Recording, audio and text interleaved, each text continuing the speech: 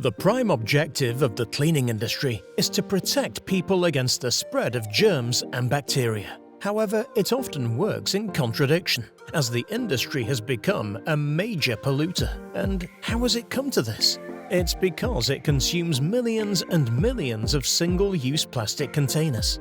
But now, things are about to change with the introduction of hygiene bombs. Hygiene bombs are sachets of concentrated cleaning products wrapped in a water-soluble film.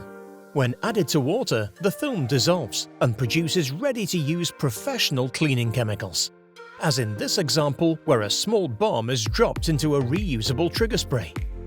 Hygiene bombs come in different sizes. Here is the larger bomb being used in a bucket. The same principle applies. On contact with water, the film simply dissolves and the exact amount of concentrate is deposited. Overdosing is now a thing of the past.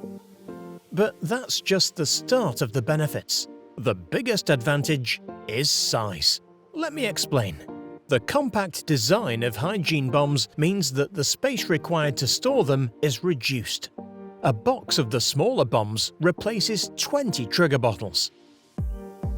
A box of the larger bombs replaces 7 5-litre containers. But by far the biggest advantage is the environmental benefit they bring. The storage space required in cleaning cupboards is reduced.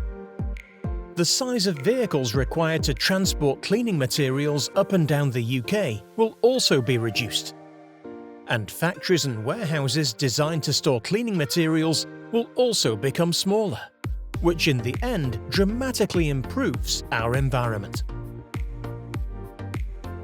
The cleaning industry plays a major part in the environmental story, and this is the future.